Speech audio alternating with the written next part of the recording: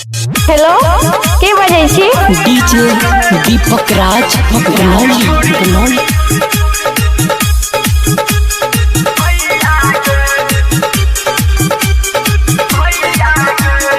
एने ओने तक कहो हैया गे, भाग छोड़ी अलो तोहर भैया गे। एने ओने तक कहो हैया गे, भाग छोड़ी अलो तोहर भैया गे। देख तो जले चुम्मा के छोड़िया तोड़ देतो तोहर भैया गे।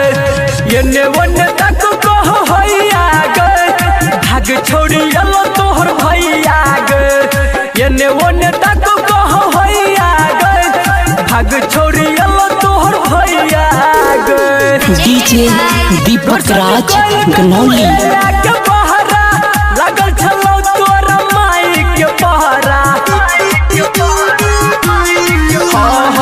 घर से निकल के तू एला के बहरा।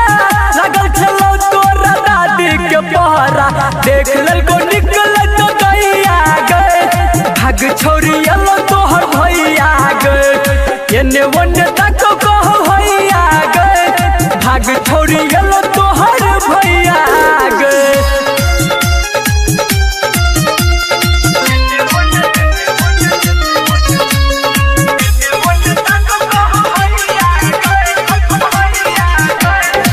लिख भेजल को ललित लव यू मैसेज में, टेंशन न ले समझ छै हनेज में। हे गोय लिख भेजल को उमेश लव यू मैसेज में, टेंशन न ले सब होय छै हनेज में। अभी मनु धर पर हैया गे, भाग छोड़ी अलो तोहर भैया गे। संदीप ने बन तो तोहर सैया गे, भाग छोड़ी अलो तोहर भैया गे। लाठी लगा खोज कहो हैया गे, भाग छोड़ी अलो तोहर भैया गे।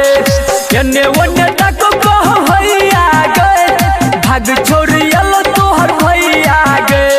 देख तो जले चुम्मा के छोड़िया तोड़ देतो दुनु पैया गे।